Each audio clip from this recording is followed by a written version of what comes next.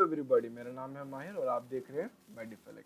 आज हम शुरू करेंगे प्रिंसिपल ऑफ इनहेरिटेंस से। और ये वीक हम principle of inheritance, molecular basis of inheritance और बायोटेक्नोलॉजी मतलब जेनेटिक्स के तीन इंपॉर्टेंट चैप्टर जो नीट के लिए बहुत बहुत ज़्यादा इंपॉर्टेंट है, इन तीन चैप्टर्स को करेंगे। और सॉरी कल वीडियो नहीं आ पाई, मैं थोड़ा बिजी हो गया था अपने शेड्यूल से। सो इस वीक मैं रेगुलर रहूँगा और इन तीनों चैप्टर्स को करेंगे। So let's begin.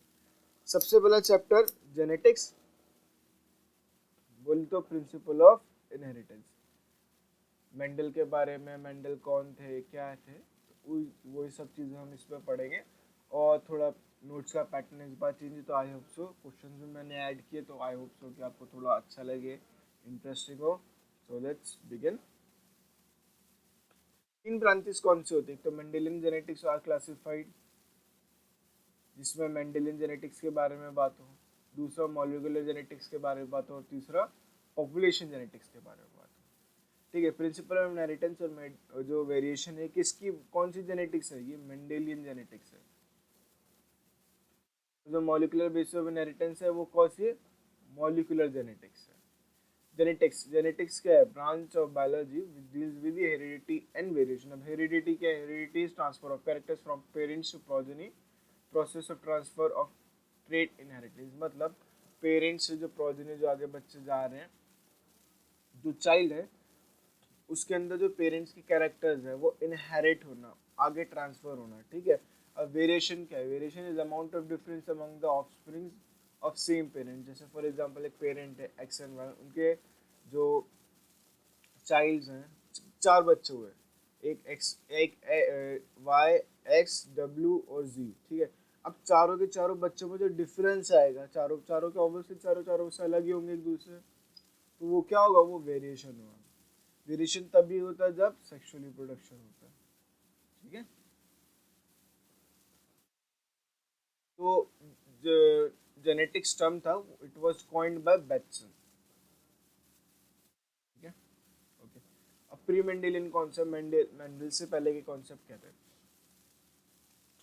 It is based on the theory of blending inheritance, which means straight from two parents gets mixed in the progeny.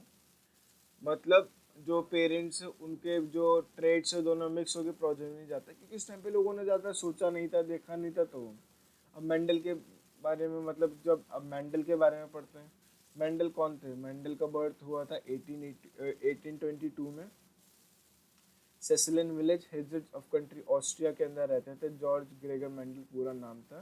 1843 के अंदर उन्होंने जॉर्ज जॉइनिया मोनेस्ट्री ज्वाइन करी, Augustine monastery of saint Thomas.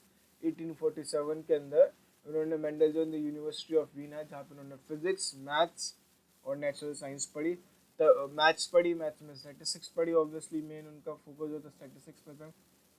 तभी वो जाके क्या, वो जो उन्होंने 7 साल अपने कार्य दिए, अपने जीवन के 7 साल जो दिए, उसमें उन्होंने बायोलॉजी के अंदर स्टैटिस्टिक्स लगा। ये पहले व्यक्ति थे जो कोई स्टैटिस्टिकल या मैथमेटिकल अप्रोच लगा रहा था बायोलॉजी में।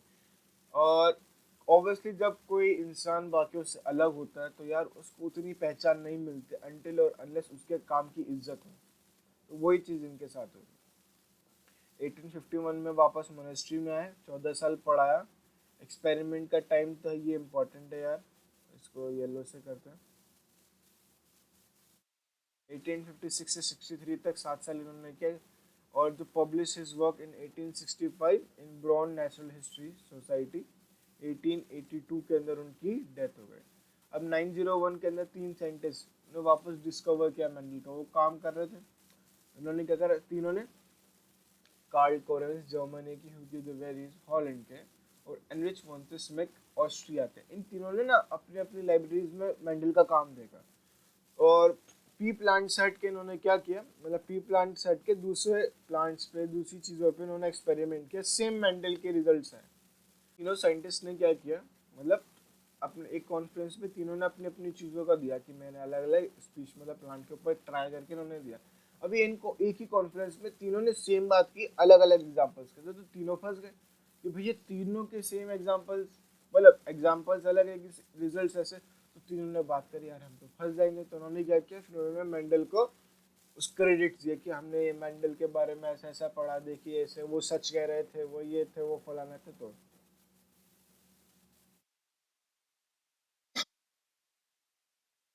I'm sorry, Carl Kerens bring Mendel's finding to the level of law. The various published Mendel's work in the book of Flora. Mendel's experiment कहते हैं, hybridization experiment. Mendel selected pea plant. क्यों select किया? क्योंकि bisexual flower था, autogamy शुरू करता जाता है, क्रॉस पोलिनेटेड भी हो सकता है आर्टिफिशियली, आसानी से एक ही सीजन में पूरी लाइफ स्टाइल हो जाती है, और कैरेक्टर्स आपस में इजीली डिस्टिंग्विशेबल है, मतलब अलग अलग कर सकते हो. मेंडल सेलेक्टेड 14 प्योर लाइन और 7 pair of pea plant variety. Pure line, they show similar trait inheritance by repeated season. ठीक है, जैसे टॉल है, टॉल की सेल्फिंग कराई तो सारी प्रोजेनी कैसे निकली? टॉल. जब फिर से सेल्फिंग कराई तो सारी प्रोजेनी कैसे? ये pure line means homozygous. Homozygous कैसे होते हैं? जैसे ये हो गया, ये भी होमोजाइगस, और ये हो गया, ये भी कैसा? होमोजाइगस. और ये कैसा है? हेटेरोजाइगस है. ठीक है. कैरेक्टर्स या ट्रेट्स. प्लांट हाइट कैसी थी? टॉल या डॉफ? ऑब्वियसली दो कैरेक्टर्स होंगे, एक डोमिनेंट होगा, एक रिसेसिव होगा. Which means Mendel selected characters which is manifested by the two character traits. 7 pair of traits या कैरेक्टर्स थे selected by Mendel. कौन से? Plant height, flower colour, flower position, pot shape, pot colour, seed shape and seed colour. Plant height कैसे हो सकती है? Toll या डॉफ हो सकती है, इसमें से ये वाली साइड डोमिनेंट और वाली रेसेसिव. फ्लावर कलर कैसे होता है? वायलेट या वाइट. फ्लावर पोजीशन कैसे हो सकती है? एक्सियल या टर्मिनल. पॉट शेप कैसा हो सकता है? स्मूथ या कंस्ट्रक्टेड. पॉट कलर ग्रीन या येलो. सीड शेप राउंड या रिंकल्ड. और सीड कलर येलो और ग्रीन. इसके अंदर देखो, जो सीड कलर है येलो इसमें डोमिनेंट है, और पॉड कलर ग्रीन इसमें डोमिनेंट है. उसमें कंफ्यूज मत हो ना, काफी सारे बच्चे कंफ्यूज रहते हैं कि यार ग्रीन डोमिनेंट था, ऐसा नहीं. अब हाइट देखो, एक नंबर ऑफ क्रोमोसोम्स के बारे में, मतलब कौन सा कितने क्रोमोसोम्स पे होता है. तो फ्लावर कलर है या फ्लावर पोजीशन हो, पॉड पोजीशन और पॉड कलर, और सीड पोजीशन और सीड कलर, ये कौन से क्रोमोसोम पे होता है? पहले क्रोमोसोम पे. फूड जो फ्लावर शेप है चौथे क्रोमोसोम पे. ये पॉड शेप है, इधर लिख देता हूँ मैं.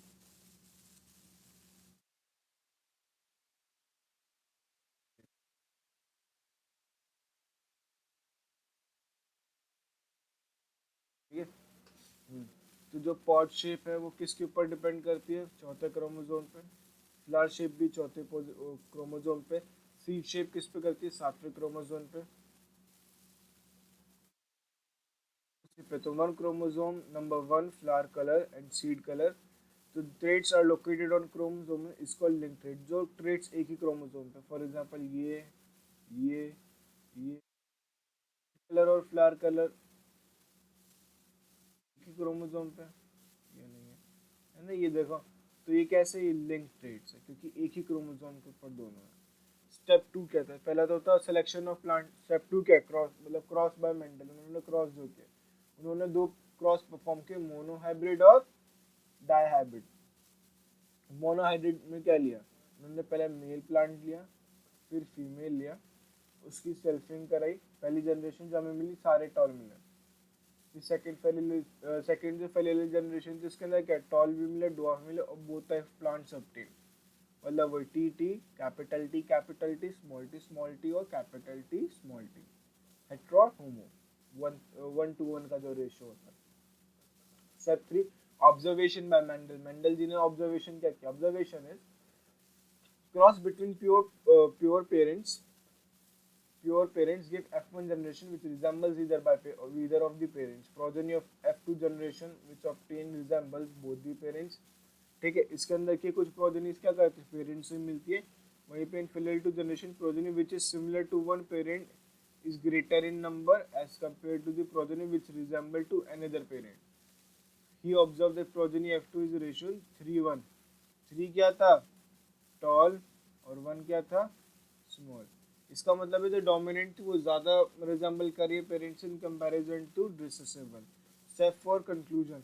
Trait present in form of pair is in all organisms either parents or progeny. During gametes formation, this pair of traits segregate and each gamete receive one factor out of one trait. जब gametes बनते हैं तो traits अलग अलग हो जाते हैं, तो हर गैमेट एक फैक्टर्स करता है, पेयर ऑफ ट्रेट्स में से एक फैक्टर रिसीव करता है। ये फैक्टर को आगे जाके हम जीन के नाम से जानते हैं। These factor one combine in zygote during the sexual reproduction. This similar pair of factors do not show blending as pair always maintain individuality. Dihybrid cross.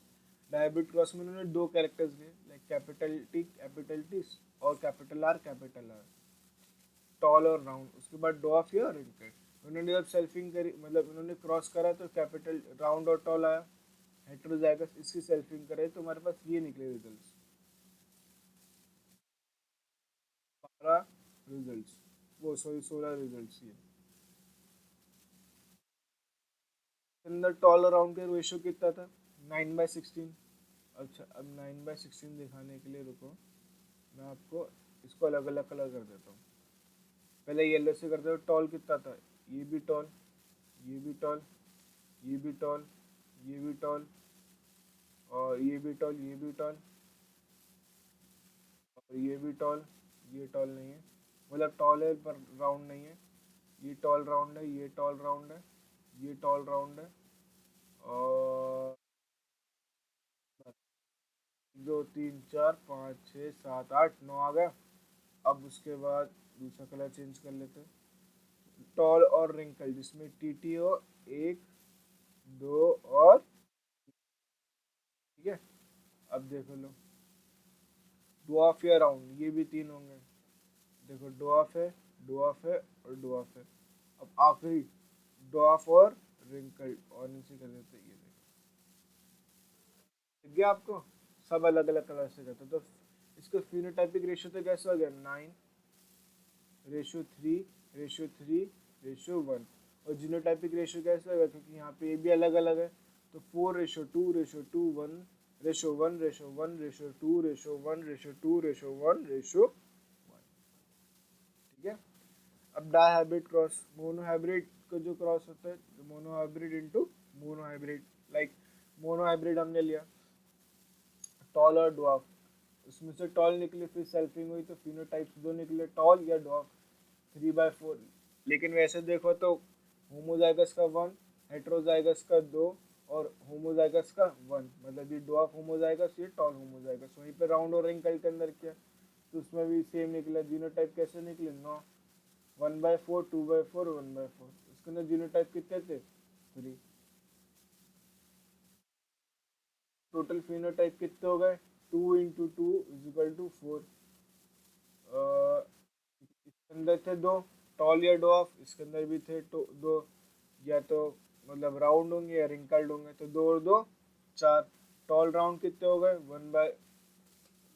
1/16। Wrinkle toll wrinkle कितने हो गए, 2/16। डॉफ राउंड, ऐसे ही दो आप लिखना। जीनोटाइप कितने हो गए टोटल, 9।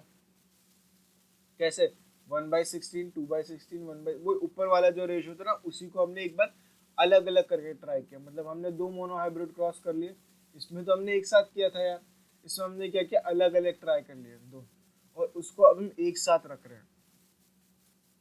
ठीक है।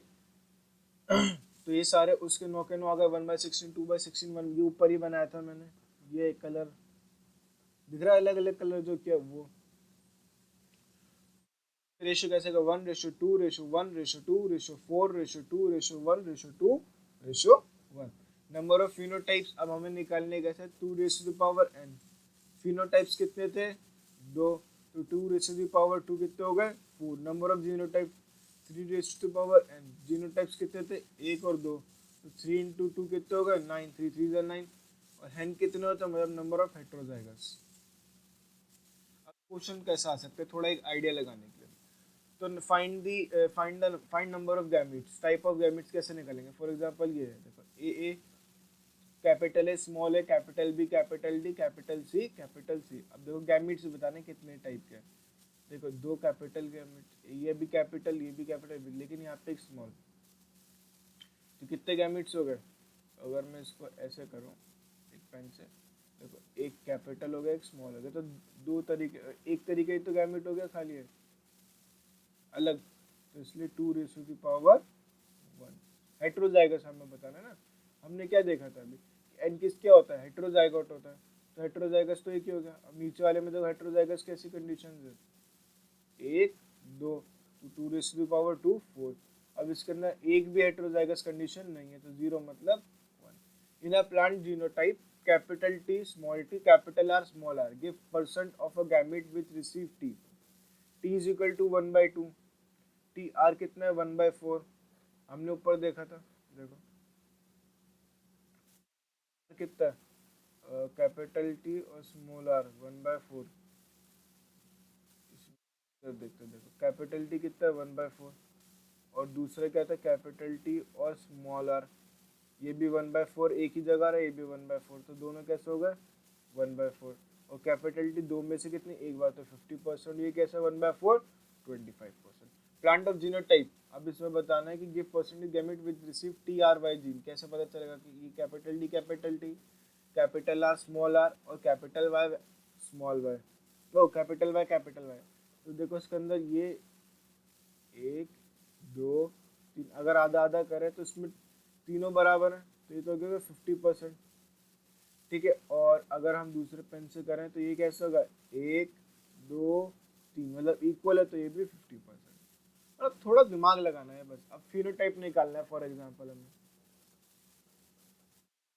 इसका कैपिटल टी आर इंटू ये फिनोटाइप कैसे निकालेंगे, पहले टॉल टॉल देख लेते हैं, ये रहा कैसा एक ही टॉल है, राइट, ये भी एक टॉल है, तो टॉल कैसा हो गया एक ही हो गया। फिनोटाइप निकालना है, जीनोटाइप नहीं है, तो फिनोटाइप मतलब क्या होता है मॉर्फोलॉजिकल कैरेक्टर्स, ये भी टॉल ये भी टॉल, एक टॉल, उसके बाद राउंड और रिंकल कैसे है एक और ये दो, सिंपल 2 into 1, मतलब दो तरीके के राउंड और रिंकल है, टॉल राउंड और टॉल रिंकल दो तरीके के हो गए, कैसा हो गया। अगर बी देखा जाए दूसरा तरीका, एक और अच्छा दूसरा क्वेश्चन, इसमें क्या capital T small T capital R small R capital Y small Y into capital T capital R capital Y small Y. हमने क्या किया कैपिटल आर को उससे कर दिया एक, कैपिटल वाई को इससे कर दिया, यहाँ पे एक और ये दो आ गए हेट्रोजाइगस, ठीक है, यहाँ पे एक और ये यहाँ पे भी एक आ गए, तो 1 into 2 into हेट्रो, देखो ये कंफ्यूज मत हो, हमें जो गिनना है ना हमें खाली हेट्रोजाइगस गिनना है। अगर हमें फिनोटाइपिक रेशियो निकालना है तो हमारे लिए क्या होने चाहिए हेट्रोजाइगस कौन कौन से, इसलिए ही देखो ऊपर वाले में भी मैंने कैसे लिया हेट्रोजाइगस गिना, इसलिए एक यहाँ पे हेट्रोजाइगस दो थे तो दो, यहाँ पे हेट्रोजाइगस एक हेट्रोजाइगस दो, 1 into 1 और 1 into 2 into 1 कैसे हो गया 2, ठीक है। फिनोटाइप फिर निकालते हैं, देखो capital T small T capital R small R into small T देखो इधर तो एक आ गया, टॉल कैसे हो गया एक, और ड्वार्फ कैसा हो गया ये भी 1, क्योंकि एक एक, राउंड कैसे हो गए 3/4, एक और ये दो, और रिंकल कैसे हो गए 1/4। अगर तुम फिनोटाइपिक रेशियो देखो टॉल राउंड कैसे हो गए 3/8, इन दोनों का जब आप करोगे ऊपर यहाँ से,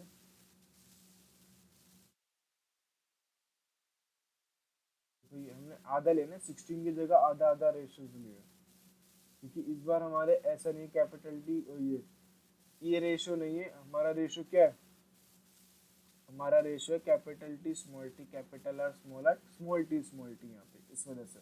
तो टॉल कितने एक, और ड्वार्फ कितने एक, राउंड कितने 3/4 निकलेंगे।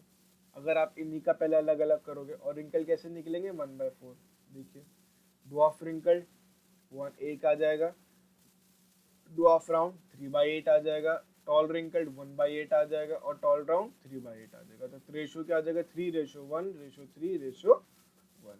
जीनोटाइप कैसे जीनोटाइप क्या हो जाएगा capital T small T 1/2 small T ये कितने हो गए दो थ्रेड्स, इसमें तो कैपिटल टी हो सकता है, capital small R capital are हो सकता है, स्मॉल आर स्मॉल, तो यहाँ पे ऐसे तीन हो गए, ठीक है। अगर तुमको अब भी नहीं समझ आया तरीके से है कि एक तो ऐसा वाला राउंड हो जाएगा, एक ऐसा वाला राउंड हो जाएगा, एक ऐसा वाला राउंड हो जाएगा, इस वजह से तीन, ठीक है ना। ऐसा वाला नहीं,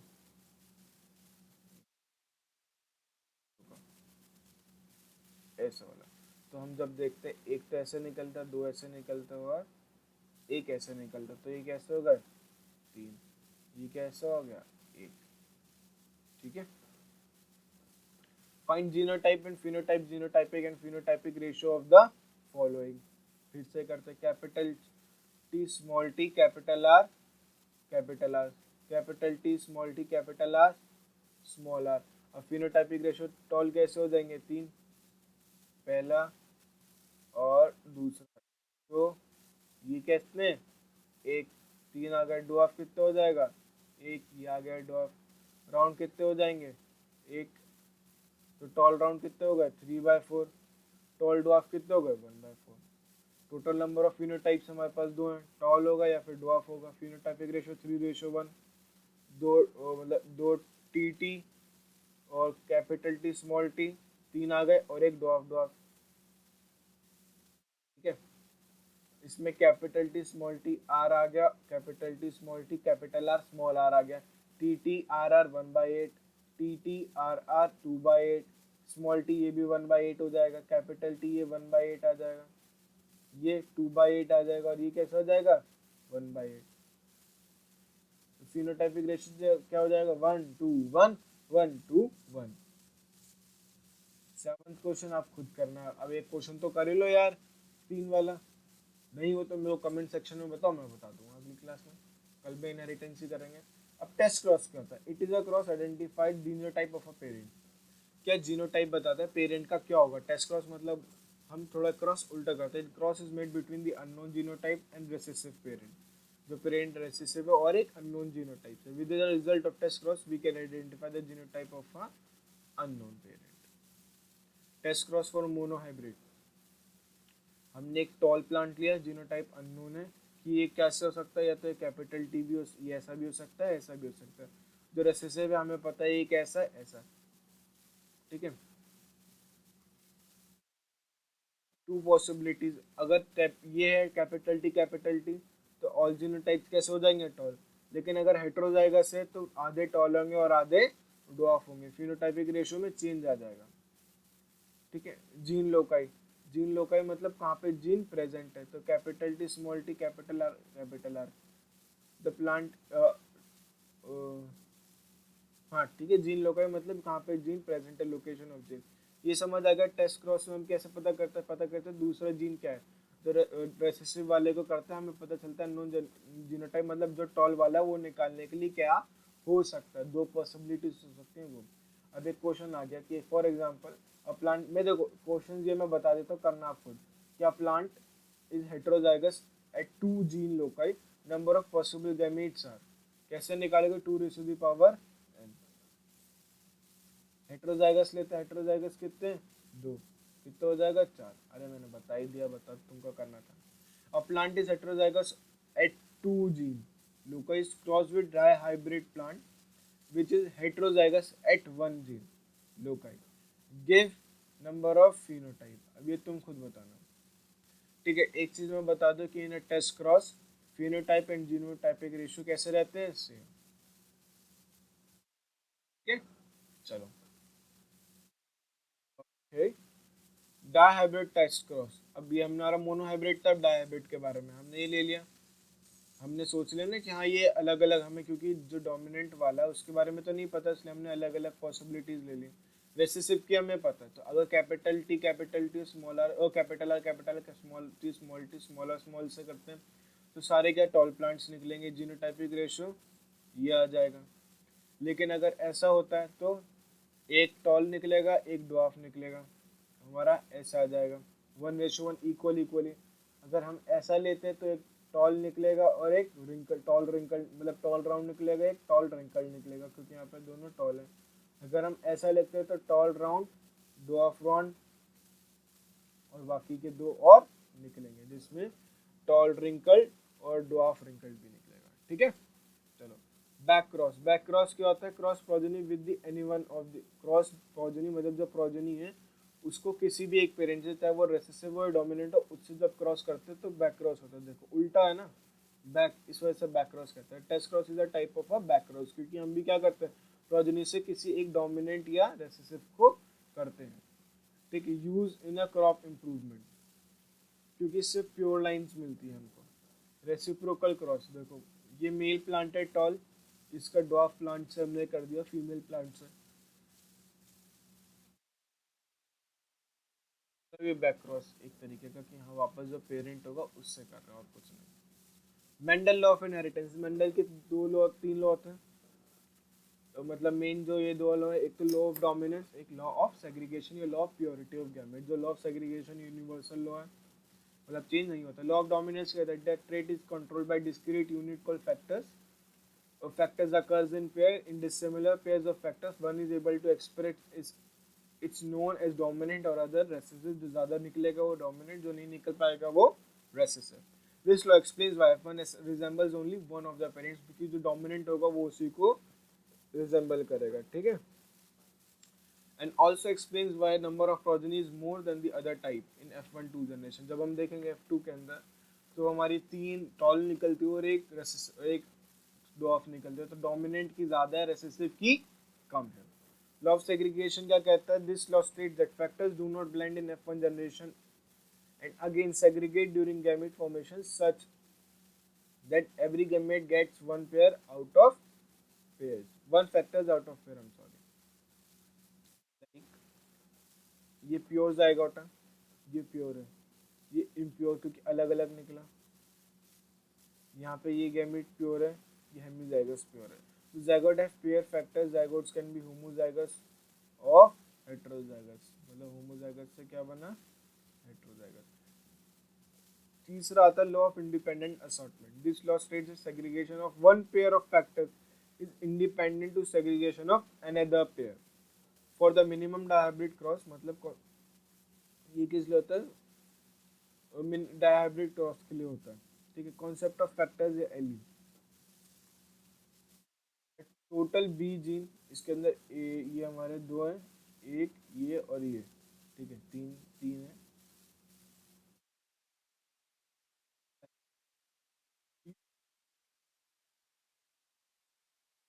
capital R small R capital Y small Y, total allele कितने हो गए, 8, 1 2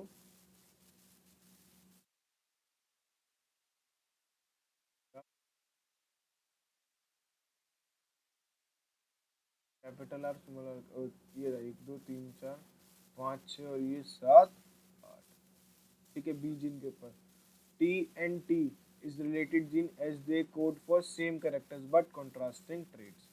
कैरेक्टर सेम होता है लेकिन जैसे कलर कलर की करेगा, लेकिन वो फ्लावर कलर और वो सीड कलर इस टाइप में। Allele they genes for contrasting traits, allele for one character share loci, मतलब शेयर लोकेशन शो करेगा। फीचर्स ऑफ एलील क्या होता है, in a diploid organism always occur in pair, they share common gene loci, two dissimilar allele of one gene loci are slightly from modified form of each other। अरे बब्बा चल जा।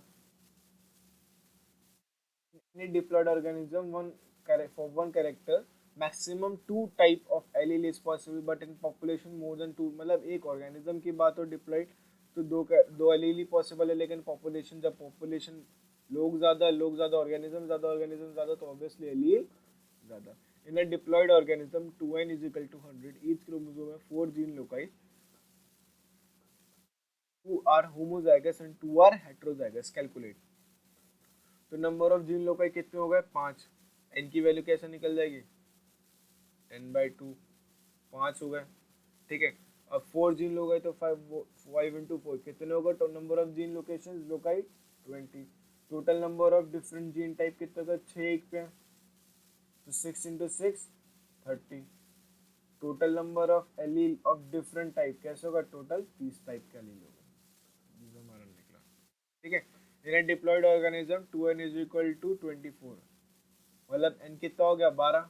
इन a diploid organism 2n is equal to 24, each chromosome pair have 10 gene loci out of which 8 homozygous and 2 heterozygous। Gene loci कितनी हो गई, 12। 12 कैसे, n की value निकली और टोटल कितना हो गया 10 लोकाई जीन लोकाई, तो 12 इंटू 10 कितना हो गया 120। ठीक है, डेविएशन फ्रॉम द मेंडलिज्म मतलब थोड़ा अलग। ठीक है, monohybrid cross according to the Mendel's results of monohybrid cross is 3:1 phenotypic ratio, और टेस्ट क्रॉस का रेशियो क्या था 1:1। Result of any monohybrid cross gives ratio 3:1। It is deviation from Mendelism, मतलब टेस्ट क्रॉस के से ये आ रहा था, ओ मेंडल का क्रॉस के हिसाब से रेशियो था 3:1, टेस्ट क्रॉस के रेशियो क्या था 1:1, तो उसके हिसाब से रेशियो जो आंसर है वो डेविएट कर रहा है, अलग जा रहा है। जीन इंटरेक्शन दो तरह की होती है, वन जीन लोकाई और two gene loci. Gene interaction produce of two or more genes give modified phenotypes. ठीक है, लाइक इन्होंने ये दो बना रखे हैं, इसके ऊपर प्रोटीन बता रखा है, ये एक प्रोटीन और एक ये प्रोटीन, इन दोनों के बीच में इंटरेक्शन होता है, तो जीन विद इन 10 और जीन विद इन लोकाई, और इसके ऊपर एक ये है, ये दूसरा है, टू डिफरेंट जीन्स है, ये सेम थे पेयर्स में, लेकिन इनके बीच में इंटरेक्शन कराया गया।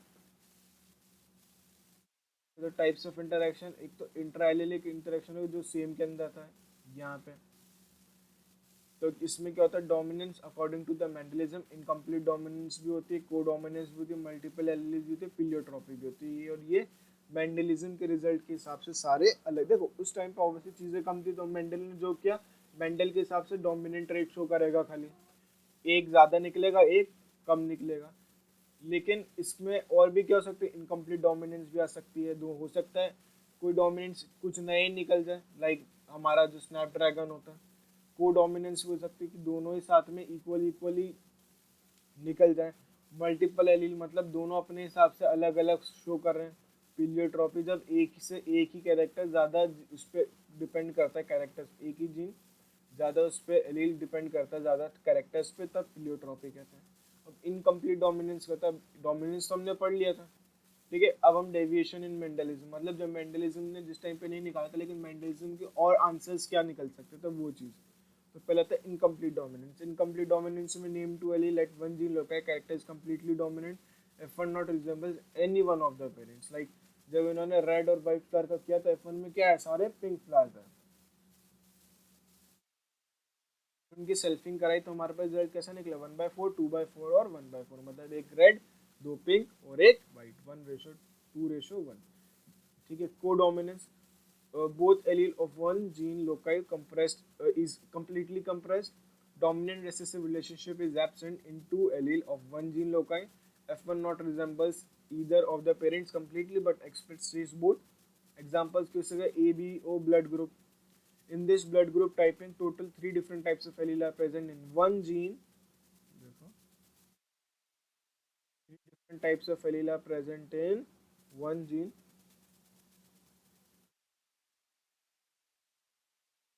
Look, one gene loci in a population. Gene 1 क्या होगा present which form antigen on RBC. Gene 1 have 3 allele IA, IB और I. Allele I do not code for any sugar polymer, इसलिए उसको I0 कहते हैं, या फिर O. Allele A और B code for different type of sugar polymers, इसलिए उसको IA और IB. ब्लड ग्रुप O हो गया, जीनोटाइप जिसका II है। ब्लड ग्रुप ए हो गया, इस पे लगा हुआ ना आई ए या आई ए या आई हो सकता है।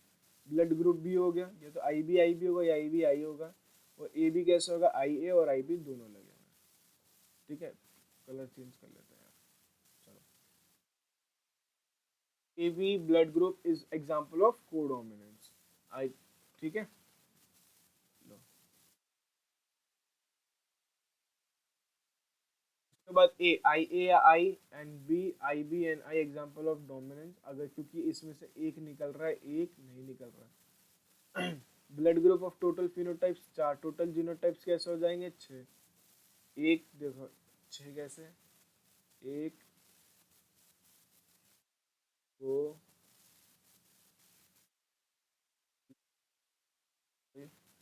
यहाँ पे 4, 5, ये 6। ठीक है, फिनोटाइप वही, एक ए होता है, बी होता है, ओ होता है और ए भी होता है। ठीक है, एग्जाम्पल सिकल सेल एनीमिया दूसरा, जिसके अंदर HbA जिसके अंदर होता है नॉर्मल आरबीसी होता है, जिसके अंदर HbS होता है वो सिकल शेप्ड आरबीसी होता है। पर्सन विद नॉर्मल आरबीसी के अंदर क्या होगा, HbA और HbA।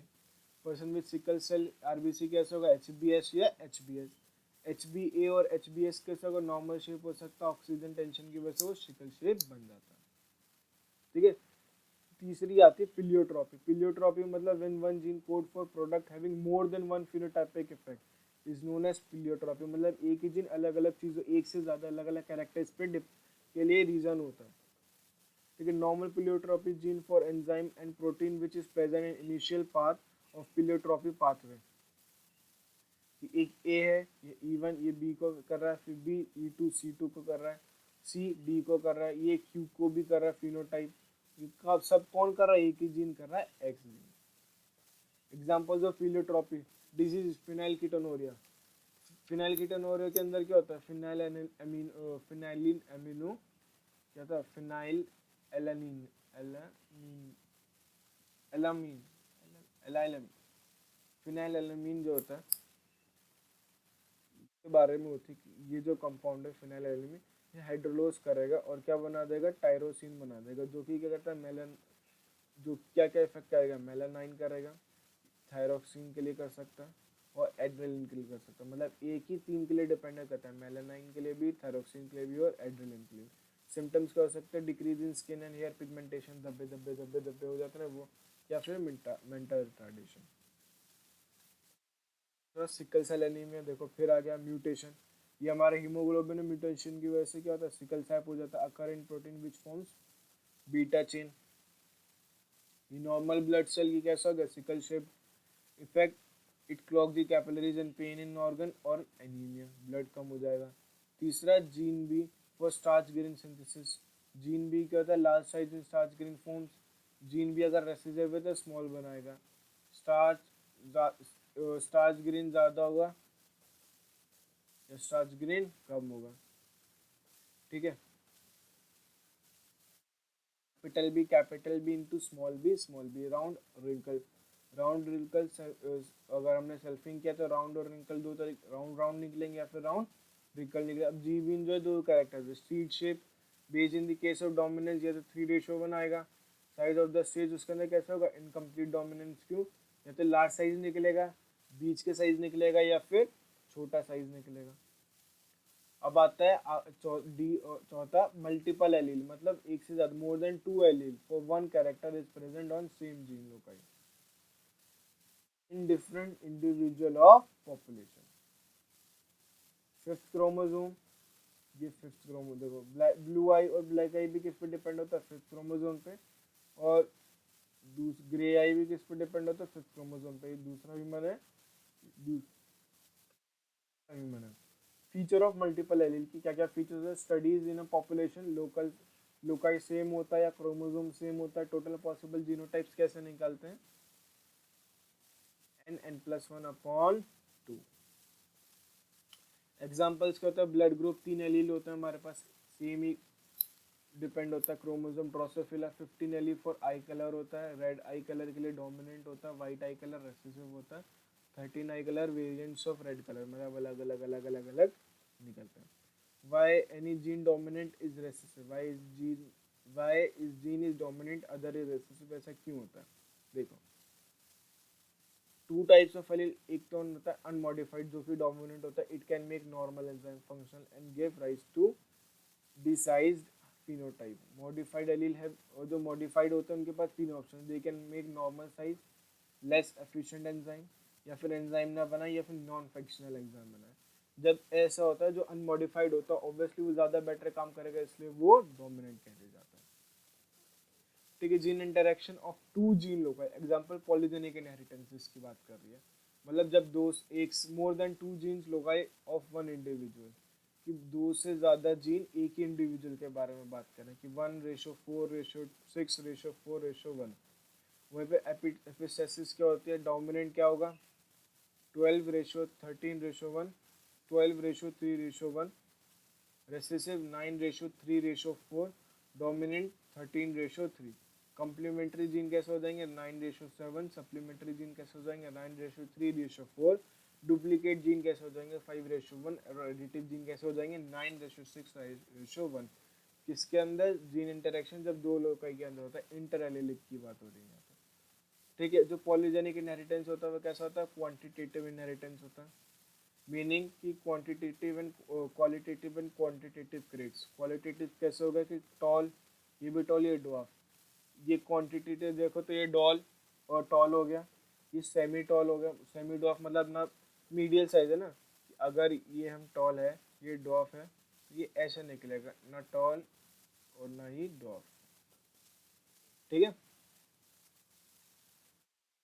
okay. In quantitative inheritance, number of dominant allele can be changed, can change phenotype. Quantitative inheritance के दो टाइप के होते हैं, मोनोजेनिक या पॉलीजेनिक।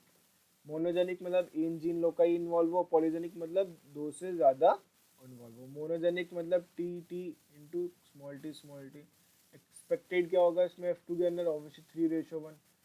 क्वालिटेटिव रेशियो की वजह से क्या हो जाएगा? टी टी, ये जो हमें पता ही वाली चीज। अब पॉलीजेनिक के अंदर ए बी बी हमने लिया। फिनोटाइप, फिनोटाइप तो सेम रहेगा जैसे मेंडेलियन क्रॉस होता है, लेकिन क्वांटिटेटिव की वजह से जो होगा ना, मतलब ये चेंज हो जाएगा, ए बी हो जाएगा, चल जा, and A B B have different phenotype, इसका डिफरेंट फिनोटाइप हो जाएगा। Examples of polygenic inheritance: kernel, grain colour in wheat, controlled by 2 gene loci. एक रेड कलर तो ज्यादा red. Your B gene local control colour of wheat kernel, N B contribute red colour. अगर small होगा तो white हो जाएगा, ये medium size same phenotype 4, ये स्लाइट रेड हो जाएगा, फेयरली रेड, इंटरमीडिएट रेड, और यहाँ पे सबसे डार्केस्ट, क्योंकि क्या होगा? डोमिनेंट। उसी का उन्होंने एक बेल शेप ग्राफ बना दिया। Skin colour in human, 3 gene local करते हैं, या तो देखो क्या होगा, मतलब वाइट होगा, डार्क होगा या इंटरमीडिएट होगा। तो टोटल फिनोटाइप्स 7 बन सकते हैं, 67 64 प्रोजेनी हो सकती है। रेशियो कह सकते हैं 1:6, रेशियो 15:20, रेशियो 15, रेशियो 6, रेशियो 1। जो ये हो गया इंटरमीडिएट हो गया, इसको मिलाटो कहते हैं। ये 15 वाला कौन सा हो जाएगा? A small B C C 1, A B B कैसे हो जाएगा? 1, small C 1, capital A small A, capital B small B, capital C 4, capital A small B, capital C small C 4, small A, capital B small C, capital C 4। मतलब इस तरीके से total 15 निकल जाएगा। 4 4 4 कितना होगा? 12, 13, 14, 15। अब router discovered polygenic inheritance in tobacco, NCERT बोलते। देखो जितनी भी लाइन है ना, सारी एनसीईआरटी से, थोड़ा क्वेश्चन ऊपर नीचे बताए मैंने और एग्जांपल देने के लिए, लेकिन एनसीईआरटी सारी जो लाइंस है नोट्स की सारी एनसीईआरटी से। ठीक है, one example of polygenic is fruit weight, milk production in animals and human IQ. Fruit weights in polygenic controlled by 2 genes loci. If weight of a fruit with देखो सबसे पहले क्या बता दिया? 2 जीन लोकाई से होता है। If weight of a fruit with genotype capital A small a capital B small b is 60 gram, then calculate fruit with the dominant allele। मतलब उन्होंने इसका क्या बता दिया? स्मॉल का 50, डोमिनेंट का क्या हो जाएगा? 70। ये तो अप्रॉक्स हो गया, ये कम हो गया, सबसे ज़्यादा का एक ज़्यादा बढ़ा दो, कॉमन सेंस। एपिस्टेसिस क्या होता है? When one allele marks expression of allele at another gene loci. Epistasis gene allele which mask other, मतलब अपनी जगह छोड़ के दूसरे की जगह पे उंगली देना, निछाप छोड़ जाना। एक होता है हाइपोस्टेसिस। हाइपोस्टेसिस क्या होता है? मतलब व्हिच गेट मास्क। अब पढ़ते देखो, दो तरीके के एपिस्टेसिस होता है, डोमिनेंट या रेसेसिव। डोमिनेंट 3 तरीके के होता है, मतलब पहले 2 तरीके पढ़ते हैं, डोमिनेंट रेसेसिव, और होता है डोमिनेंट रेसेसिव जब दोनों निकले। डोमिनेंट के अंदर क्या था? 12:3, मतलब green yellow white. Cucurbita, पेपो fruit colour, colour कैसे हो जाता है? या तो ग्रीन होगा, येलो होगा या वाइट होगा। ठीक है, इसके अंदर कैसे कलर आता है? ग्रीन। जो बल्ब होता है, onion bulb, coat colour in mice, example है इसके। या तो कैसे होगा, अगोटी होगा 9, 3, 4, 4 कैसे होगा, एल्बिनो मतलब वाइट। डोमिनेंट रेसेसिव मतलब 13:3, 4 और 13:3। Plumage colour in poultry, plumage colour in poultry कैसा होगा, कलर्ड वाइट। कॉम्प्लीमेंट्री जीन कैसे होते हैं, product form from two gene loci requires final products discovered in sweet pea, और इसका स्वीट पी का साइंटिफिक नेम क्या है, Lathyrus odoratus. Two colour in flower, या तो व्हाइट या फिर पर्पल। कैसे, केमिकल जब एंजाइम बनाता है, जीन बनाता है तो क्रोमोजन बनाएगा, ये फिर आगे जाएगा जीन पी पर्पल कलर बना देगा, लार्जली एंथेनिया। ठीक है, can be converted into colour compound chromogen. तो इसका कैसे निकलेगा, 9:3:3:1। फिर वैसे इसको अगर एक ही साथ में करते तो पर्पल वाइट, 9 कैसे हो जाएंगे पर्पल, 7 कैसे हो जाएंगे वाइट। ठीक है, क्योंकि कैसे, ये डोमिनेंट डोमिनेंट, ये recessive recessive recessive.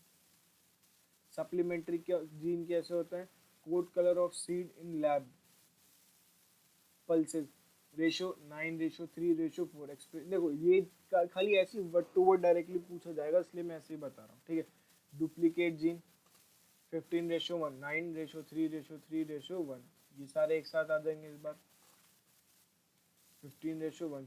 Example Capsella, shepherd's pulse.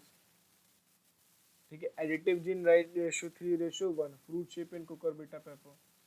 Name of interaction, incomplete dominance के अंदर कैसा होता है, 1:2:1।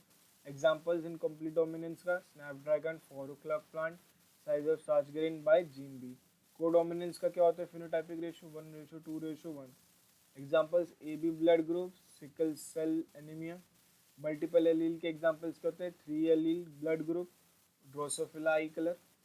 पीलियोट्रोपिक है, phenylketonuria, sickle cell anaemia, gene B of starch grain. Polygenic inheritance के क्या होता है, phenotypic ratio 1:4:6:4:1, 1:6:15:20:15:6:1। Examples, kernel color of wheat, skin color of human IQ, milk production in cattle, and fruit weight. Dominant epistasis का phenotypic क्या होता है, 1:2:3:1। Cucurbita pepo fruit colour. Recessive epistasis का क्या होता है, 9:3:4। अनियन बल्ब कलर, पोर्ट colour in माइस।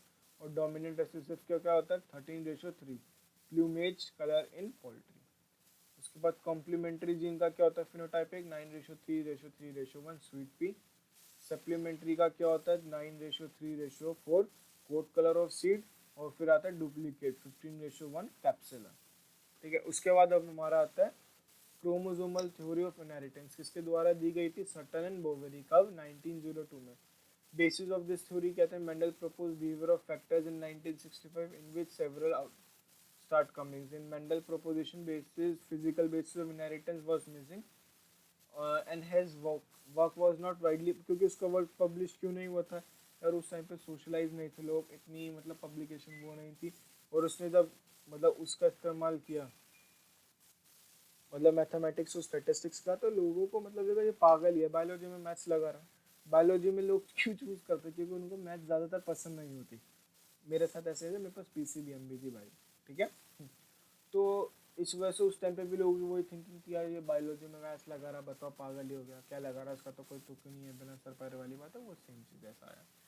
तो after Mendel's work, detail of meiosis, gametogenesis, chromosome became available around 1880s. In 1901, three scientists discovered his work. Certain Boveri combined knowledge from Mendel's work and chromosome behavior and proposed chromosomal theory of inheritance. According to this theory, chromosomes and factors show parallel behavior. This is important. According to this theory, chromosomes and factors show parallel behaviors. Both factors and chromosomes occur in pairs. Pair of factors and pair of chromosomes segregate during gamete formation. Segregate one pair is independent to segregation of another pair. Gamete have only and one factor, one chromosome out of the pair, and pair again forms in zygote during fertilization. ये देखो same जैसा chromosome कर रहा था वैसे ही factor कर रहा था। तो physical basis of inheritance is chromosome as factor located on chromosome. Basis for linkage क्या थे, फिर उन्होंने बताया लिंकेज डिस्कवर्ड की टी.एच. मॉर्गन ने। लेकिन लिंकेज के बेसिस किस बेसिस पे की, क्रोमोसोम पेयर के बेसिस, मतलब chromosome pair always show independent assortment, अलग अलग एक दूसरे पे डिपेंड नहीं करते। Pair of factors like capital T small T या capital Y small Y show independent अपने अपने ना डोमिनेंट और रेसेसिव में। assortment is they located on different chromosome pair, gene T and gene are located on same chromosome, hence linkage present। मतलब किन के बीच में होगी लिंकेज, जो सेम क्रोमोसोम पे प्रेजेंट है, assortment शो नहीं कर रहा। ठीक है, लिंकेज किसके द्वारा डिस्कवर्ड हुई, टी.एच. मॉर्गन के द्वारा। Also give experimental proof for chromosomal theory of inheritance. He worked on Drosophila fruit fly and also known as father of experimental genetics. Genes are physically linked as present on same chromosome. Effect of linkage क्या होता है? Linked genes tend to inherit together and not follow independent assortment. Between linkage is exception and independent assortment. मतलब independent assortment का एक exception है, क्योंकि linkage कब होता है, जब सेम क्रोमोसोम पे होते हैं और ये अलग अलग एक दूसरे पे डिपेंडेंट होते हैं, क्योंकि एक क्रोमोसोम पे। अब लिंकेज के बारे में थोड़ा पढ़ लेते हैं। पहला तो एक केस आता है जिसके अंदर ए और बी डिफरेंट क्रोमोसोम है लेकिन लिंकेज एब्सेंट है, इंडिपेंडेंट। जब लिंकेज एब्सेंट है अलग अलग क्रोमोसोम पर, तो असॉर्टमेंट इंडिपेंडेंट असॉर्टमेंट होगी।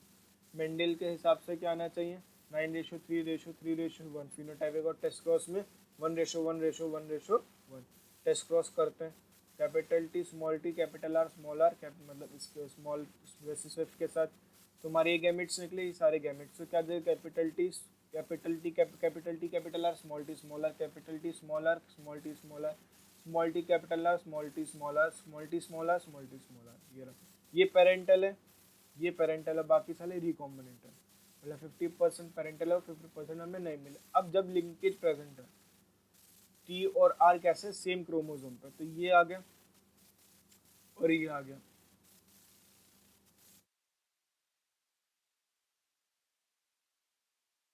कैपिटल टी स्मॉल टी और capital R small R small T small R, तो क्या निकलेगा, ये निकलेगा। दो ही रिजल्ट्स निकलेंगे इसमें, क्या, एक तो ये निकलेगा और एक निकलेगा। अगर देखो दोनों रिजल्ट्स कैसे हैं, पेरेंटल है, पेरेंट से मैच करा, ये इससे और ये इससे। तो लिंकेज से क्या होता है, हमें रिजल्ट कैसे मिलते हैं, 100% पेरेंटल मिलते हैं। तीसरा केस, जब टी और फोर लिंक तो क्रॉसिंग ओवर हो रहा है, तो capital T small R, capital T small T capital R small R, किसके साथ कर रहे हैं हम इसको cross, small T small T small R small R. तो कैपिटल टी एक ये निकलेगा, एक ये निकलेगा, एक निकलेगा, चार निकलेंगे। ठीक है, इसको किया तो क्या निकला, capital T small T capital R small R, capital T small T small R small R, small T capital R small R, capital T small R small R. अब ये किस वजह से हुआ, क्रॉसिंग ओवर हो रहा है, इस वजह से हमारे पास दो नए ट्रेड्स हैं। इसमें क्रॉसिंग ओवर हम हुआ ही नहीं, जब क्रॉसिंग ओवर ही नहीं, सेम क्रोमोसोम पे थे, तो क्या हुआ, खाली दो ही मिले, कैपिटल टी स्मॉल आर और स्मॉल टी स्मॉल आर। इसके अंदर ये इसके साथ भी जाएगा, ये इसके साथ भी जाएगा, अलग अलग। ठीक है, तो 50% रिकॉम्बिनेंट हो जाएंगे, 50% पेरेंटल। टी, देखो T and R is linked gene, यहाँ पे ये चार हमारे पास आ गए, जिसमें से 8 कॉलम्स आ गए, 1 2 3 4 1 2 3 4। ठीक है, केस 3 में कितने निकलेंगे, 2TR 2TR 2TR, मतलब एक बड़ा एक छोटा और दो छोटे रेसिसिव। जब इनको क्रॉस करेंगे तो हमारे पास क्या निकलेंगे, 16 निकलेंगे, 8 और 8। कैसे, ये देखो, capital T small R capital T small R capital small T small R small T small R, तो 6 ये निकल जाएंगे। Capital T small T capital R small R capital T small T small R small R small T capital R small R small T small R small R. 6:2:2:6, मतलब 3:1:1:3। Parental कितने हो गए, 75%। Recombinant कैसा होगा, 25%। इनने test cross for 2 gene loci, if parental is 50% recombinant is 50%, मतलब independent assortment हो रहा है, क्रॉसिंग ओवर भी हो रहा है सारे मदर सेल्स के अंदर। अगर दो जीन्स प्रेजेंट है सेम क्रोमोसोम के अंदर तो टेस्ट क्रॉस का रेशियो कैसा आएगा 100% पेरेंटल जैसा ऊपर आता है, मतलब क्रॉसिंग ओवर नहीं हो रहा, रिकॉम्बिनेशन इंडिपेंडेंट असॉर्टमेंट नहीं हो रहा, कंप्लीट लिंकेज है। और अगर 50% आ रहा है 50% नहीं आ रहा, ठीक है, more than 0% and parental less than 100% and more than 50%, this means linkage कैसा है, इनकम्प्लीट और क्रॉसिंग ओवर हो गया। Percentage of recombination directly proportional distance between the linkage जी, जितना भी परसेंटेज मतलब अगर 50% हुआ तो डिस्टेंस कितना है 50%, उनके बीच में डिस्टेंस है 100% क्लोज नहीं है, ठीक है। लिंकेज का था decrease recombinant and increase parental over increase recombinant or decrease parental linkage is directly inversely proportional to crossing over। ये लिंकेज हमारा लास्ट टॉपिक है इसका, आज हम खाली लिंकेज तक पढ़ेंगे, ठीक है। तो क्रॉसिंग ओवर कब होगा, जब मतलब crossing over is directly proportional to recombinant, recombinant directly proportional to distance between the link gene, और लिंकेज इन सबका इनवर्सली है। तो more is the distance between the gene, more chances of crossing over होंगे, रिकॉम्बिनेशन होने के होंगे और डिस्टेंस बढ़ने के होंगे, ठीक है। इन अब एक बार इंटरेक्शन और रेशियो देख लेते हैं इसका। देखो इंटरेक्शन के इंडिपेंडेंट असॉर्टमेंट का रेशियो क्या था, 1:1:1 पेरेंटल 50%, रिकॉम्बिनेंट 50%। इनकम्प्लीट लिंकेज के अंदर क्या था, 3:1:1 75% पेरेंटल था, 25% रिकॉम्बिनेंट था। उसके बाद अगला फिर से क्या, तो 7:1:1:7 87। मतलब आप देखो रिकॉम्बिनेशन इंक्रीज हो रही है, कभी भी जो रिकॉम्बिनेशन है वो 50% से ज्यादा हो ही नहीं सकती, हमेशा उस 50 हो गई, वरना 50 से कम होती है, 50% से ज्यादा चांसेस ही नहीं है। और कंप्लीट लिंकेज के अंदर 0%, ये ऐसे जा रहा है।